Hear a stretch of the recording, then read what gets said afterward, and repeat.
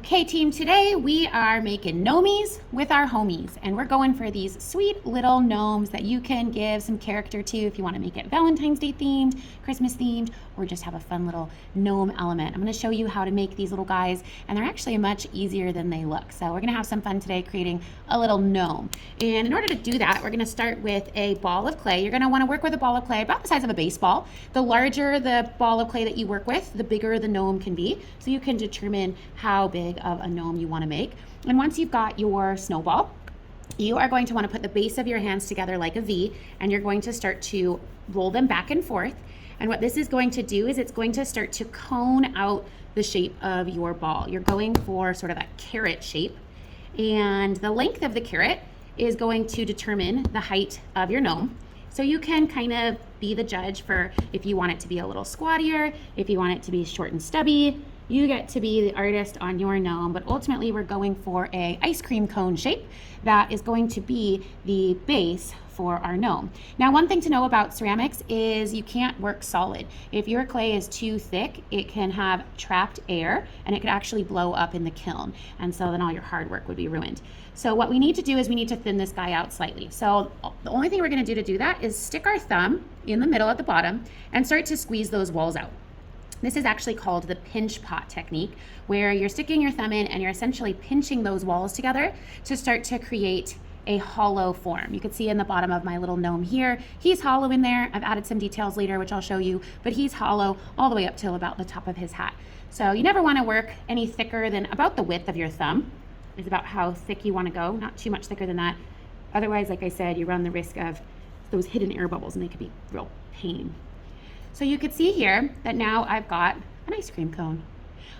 And our goal is to turn this guy into a gnome. So we'll worry about the hat later, or the tip of the hat, I should say. What we're gonna work on now is adding dimension so that this actually looks like it's wearing a hat. And this is my favorite part because it's so much easier than you might think. You're gonna take some extra clay, nice soft clay, and you're gonna make a snake. This is called a coil. And just by rolling it back and forth on the table, you're going to create a rope. Now this rope is going to give the illusion that this little guy is wearing a hat, when in reality, we're just adding it to the surface. This is one of my favorite things about this project. Now, because I want his little nose to kind of live underneath the hat, I'm gonna put my coil aside and I'm gonna attach a little nose here. One thing to note about ceramics as well is that when you attach clay to the surface, you need to go through a process that's called slip and scoring. And so you'll see all over the tables these containers that are filled with sort of a watery clay goo. That's called slip. And it's just clay plus water, and it acts like a glue to keep things held on. When clay dries, it contracts, it gets smaller, and it will pull apart from anything that doesn't go through this slip and score process. So it's really important anytime you're adding things onto the surface, like here, I've got the nose, the heart, and these feet, all of those went through that slip and score process to make sure that it's not gonna fall off later. So I've got my little nose I made here, and you could determine how high up or how low you want it to live. Let's say I wanted to put it right there. I'm going to give myself a little bit of info to show where it's going to ultimately live. And by using one of these little scratcher tools or a needle tool, you can scratch up the back of your nose, as well as where it's ultimately going to attach onto the surface. You know, it doesn't have to look pretty because you're not going to see it. Then you're going to add a little bit of that clay slip, and then you could stick that nose on really easily. You could go back over it with a wet paintbrush later. We'll clean it all up. But now that nose is not going anywhere once it all dries up. So now that we got our nose on there, here's that fun part I was chatting about with that hat. So now I'm going to go back to that coil, and just by placing it up and over the nose and down around the edges, you can see that I'm just placing it up and around casually, and I'm pressing it on, and here's where the magic happens. If I just take half of that coil and blend it into the top of the cone, this does two things. One, it secures it on there, so I don't need to go through that slip and scoring process because I'm blending this guy on so well. But also, it's actually giving the illusion that this gnome is actually wearing a hat, when in reality we know we just added a coil. One thing sometimes I like to do is actually kind of pull it up a little, maybe even flatten out these edges. It really looks like that hat is kind of flopping over. So cute. Here you could see if I just flatten out this edge, you can have some fun with giving it some character. You can add a texture to the hat. Of course, later we're going to add details and you can make it look so cute. So fun. Who doesn't like a gnome, right? They're so cute. Okay. Now you could see how we've got a little gnome with a hat on it. Can you believe that? It's like easier than it looks, right? You can blend this backside if you want or leave it. Now, of course, you could have some fun with what the hat looks like. Does it have a little curly Q? Does it stump over?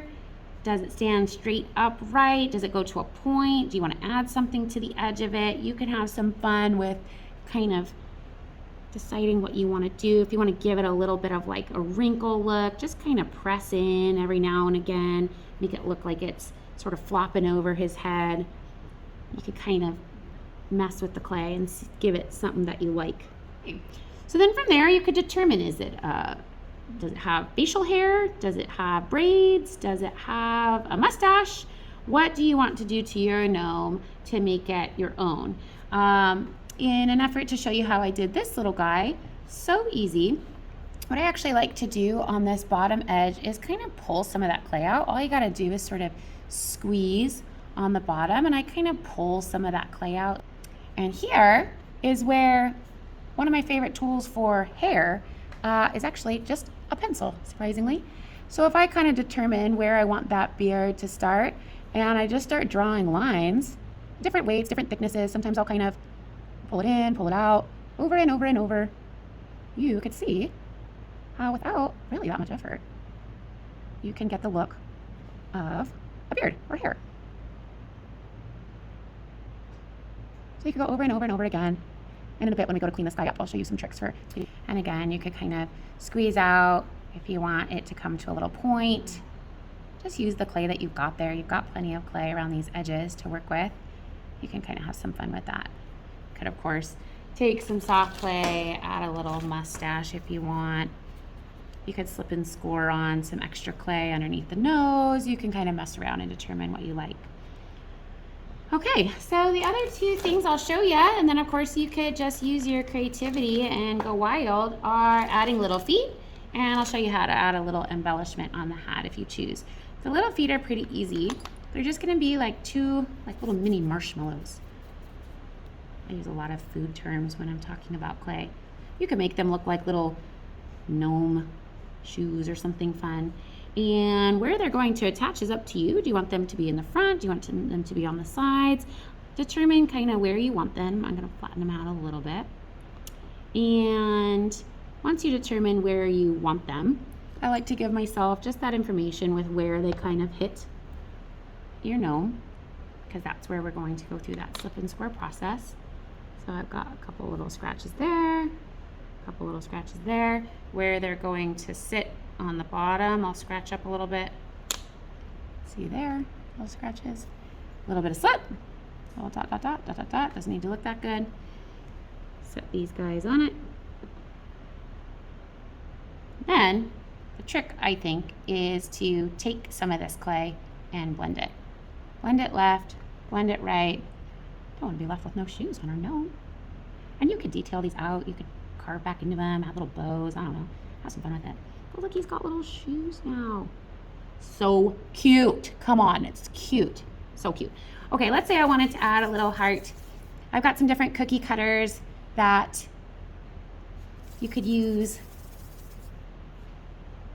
I'm just gonna make a little kind of casual heart where I just sort of squeeze one end for the bottom. I'm gonna take a little V out, and then I'll round out those tops. You can see I'm just having some fun with a fun shape. Clean it all up.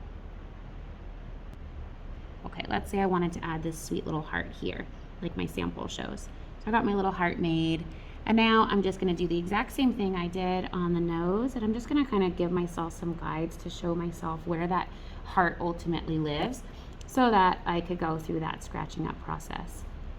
If you don't do that, you do run the risk of things just falling off in that drying process. So both what you want to attach and where you want to attach it is going to be the way to do it.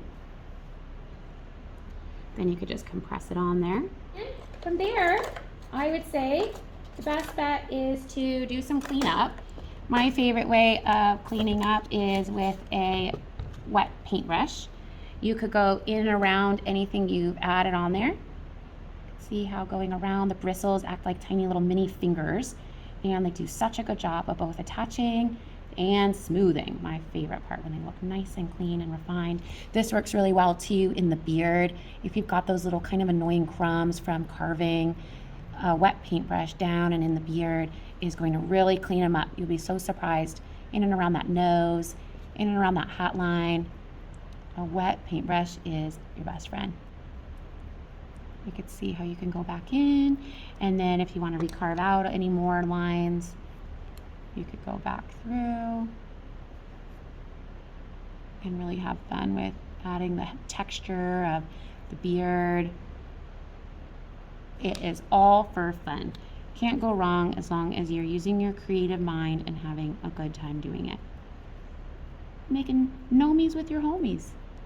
All right, cheers everyone. Have so much fun. Let me know if you need anything or have any questions. We will have a follow-up offering once these guys go in the kiln. They'll go in at about 1750 degrees for about 18 and a half hours. They'll fire up to become what's called bisqueware, and then we can paint them up. So I'll be reaching out to you to let you know when you could come in and both pick up and paint your pieces if you like. All right, cheers everyone. Have a great day.